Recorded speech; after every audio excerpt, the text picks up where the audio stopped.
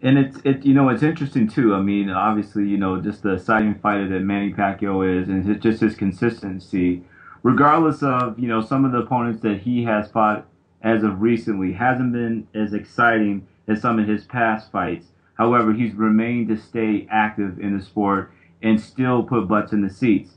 What's kind of difficult for the pound for pound list for me, I mean, Sergio Martinez, he definitely deserves it with, to be mentioned there to, knock out Paul Williams in the fashion that he did. But as of recently with Paul Williams, I always felt personally, he had a lot of talent, but he was a little overrated to me. And with, Sergio's age and in his weight class, I want to see how he can stay on the pound for pound list in terms of finding that next great opponent for his style, because he has a very awkward style, and I think like guys like Mayweather and Pacquiao are out of the question. So I wonder how long he's gonna be able to stay on the pound for pound list with his upcoming opponents that might not have the stardom as Paul Williams.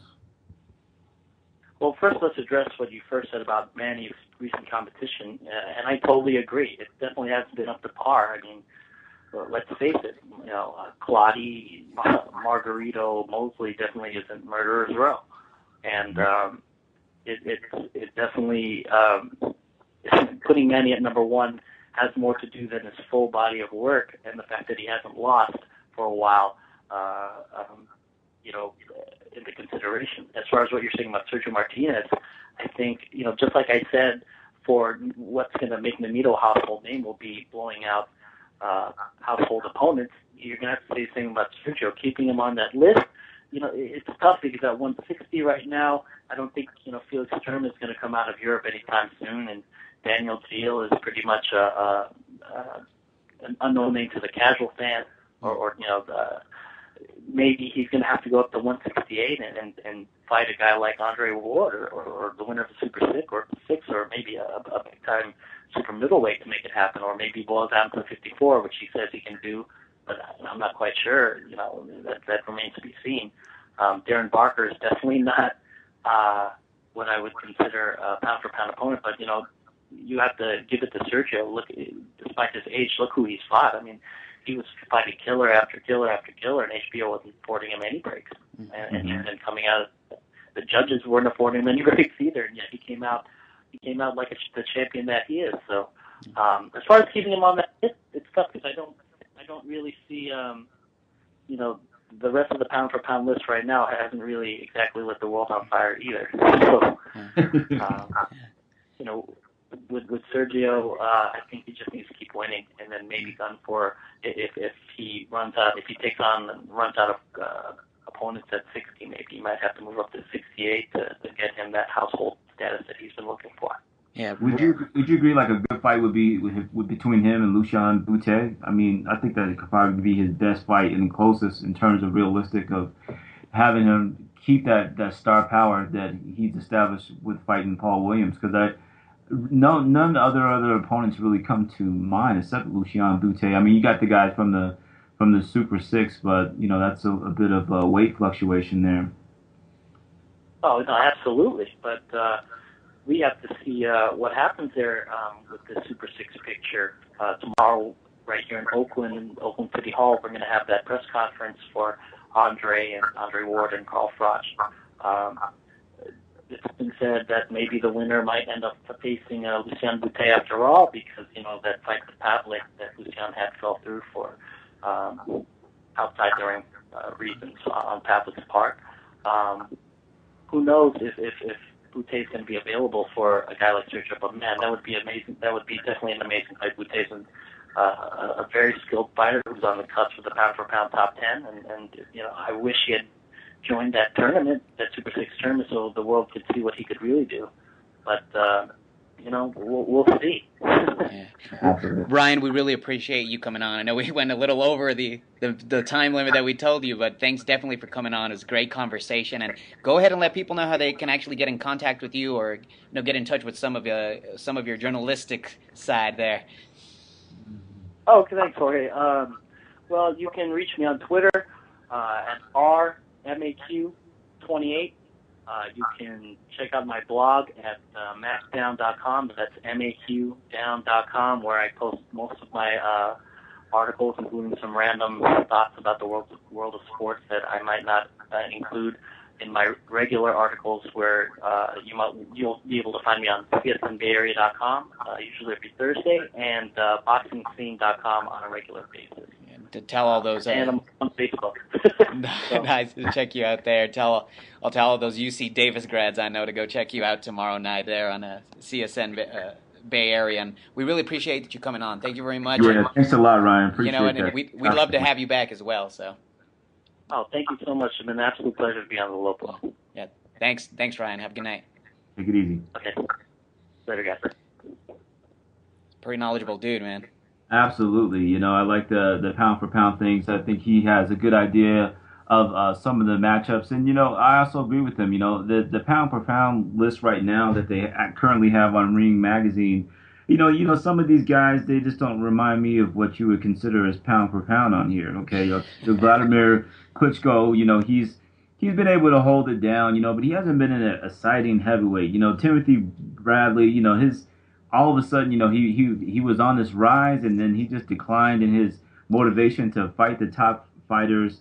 And, interestingly enough, they got Bernard Hopkins as number 10. So he just barely made it, regardless of what he's been able to do in his legacy. But as of recently, Jorge, I wanted to discuss with you the Abeco and the Mares fight with the referee. There's been a lot of controversy here. And one of the things that I noticed right off the bat, Jorge, was just the heart of the champion displayed between Abeco and Zab Judah.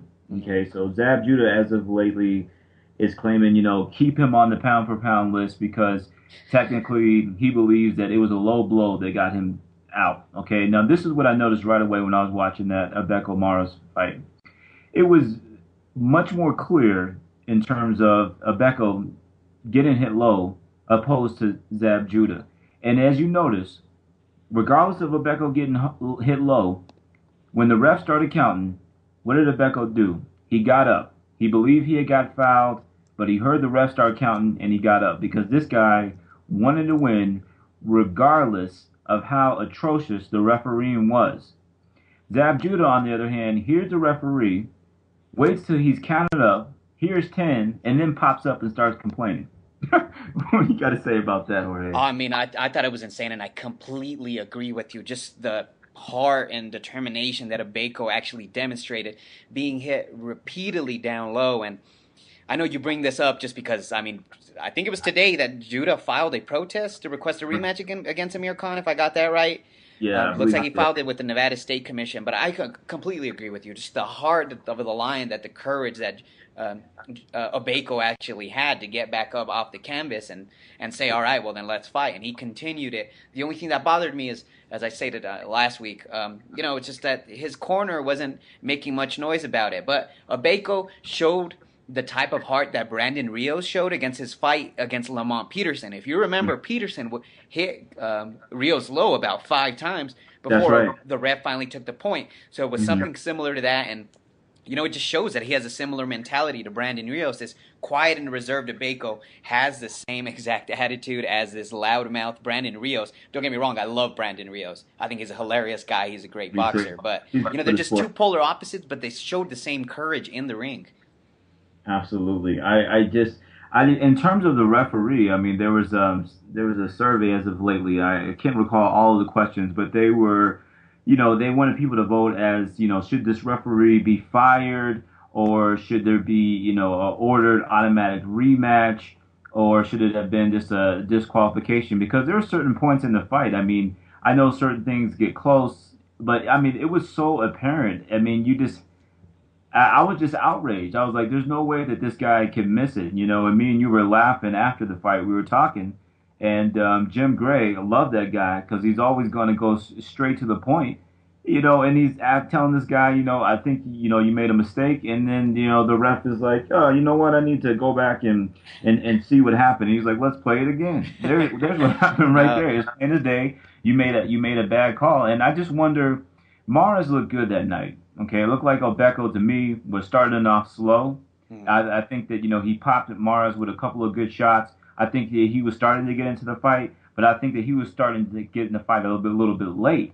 But you can argue the fact that maybe he was getting in the fight a little bit late is because he was getting hit low so much. So it just really takes away from the height of this tournament, the final bout in the tournament. I mean, it just really seemed like a disservice to the hardcore boxing fans that were actually waiting for this fight, because it was matching up to be a pretty good fight. But with the low blows, I just feel that we really didn't get a sense of what this fight could really actually be. And this week we also heard that as a disgrace and a slap to the face with the Baco, that they might actually take this fight down to Mexico after all that happened. I mean, you got to be kidding me. You absolutely can't do that. But I don't think Russell Mora should actually be just kicked out of boxing completely. This guy needs to be suspended. He's the same guy who didn't count a knockdown for Michael Katsidis when he fought Robert Guerrero. Guerrero's glove clearly touched the canvas right in front of his face.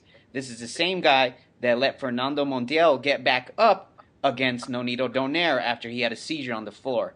Granted, he probably had his back turned. We can't see it on the video, but he probably had his back turned trying to put Donaire in a neutral corner when the shaking was happening. But still, it's got to be similar to baseball, where you keep track of what the umpire does, and if you see that he's, you got to put him on probation, or you got to suspend him for a week or so just to make sure that, he's not making these atrocious decisions anymore. But, I mean, we could go on that for days, and we could. I mean, and it's just, I want to ask you one more question before we dead the subject. But in terms of Russell Mora's, officiating, do you link that up there with the top 10 worst refereeing ever? I mean, one guy that just comes to mind. I know I always bring this up, and it's highly debatable. Is the Meldrick Taylor versus Chavez, and and then. The referee, Richard Steele, stopping the fight 10 seconds before the final bell. I mean, is Russell Mora's officiating, is it up to that magnitude of bad refereeing? I don't know if it's, if it would have been 5 or 6 low blows, I would have said definitely no. But since there were about 11 or 12 very questionable ones that I saw, I'd have to put it top 10, top 20, definitely. Besides the Chavez one that comes to mind, also the Librado Andrade versus Lucien Boutet. I mean, Boutet was given a 20 count, pretty much, in that fight, and that was amongst some of the worst, but I definitely think it's up there as one of the worst that I've ever seen, probably in my lifetime, and it was disgraceful. Who knows what actions had to play into that, but maybe genuinely he just didn't think they were that low. But sooner or later, if they're all on the line, you gotta take a point, especially after you've warned a guy. But absolutely, yeah. And then go ahead. I was just gonna ask too, Jorge, how hype are you getting for the Ortiz and the Mayweather? The first 24/7 is gonna air this Saturday on HBO. So once again, we talked about in past shows about getting into the hype and just trying to distinguish that from being the hardcore boxing fan that you are and able to really analyze how the fight should go. And after doing that analysis, are you still excited for this fight? I'm excited for the fight for one reason. It's because it's finally a damn good undercard. Yeah. The main event, it's you can't mess with Vegas, man. If they put Mayweather as a 9-1 favorite and Ortiz as a 6-1 underdog, I mean, you can't argue against the odds. Who knows what's actually going to happen? But I hope Victor Ortiz at least puts on a good fight. But I mean, we'll see how Mayweather performs. I mean, look at this undercard: Saul Alvarez against Alfonso Gomez. Eric Morales, despite the fact that he performed his butt off against good old Marcos Maidana, he's fighting for a title against Lucas Matisse, who deserves a title shot. You also got young up-and-coming guys and Jesse Vargas and Josecito Lopez. And I'm actually liking this. They're putting a decent undercard together to get those younger dudes or those less unknown veteran guys that type of hype. I mean, our Eric Morales is, without him in there, obviously, he's a freaking legend. Absolutely. But giving Jesse Vargas and Josecito Lopez and also Lucas Matisse that airtime, along with Canelo Alvarez, who's a young up-and-coming stud, I think they're doing a good job, and I hope all pay-per-views are like this from then on. Absolutely. And just for some breaking news today, I was also reading Ring magazine on their website that some additional investigators have concluded that Arturo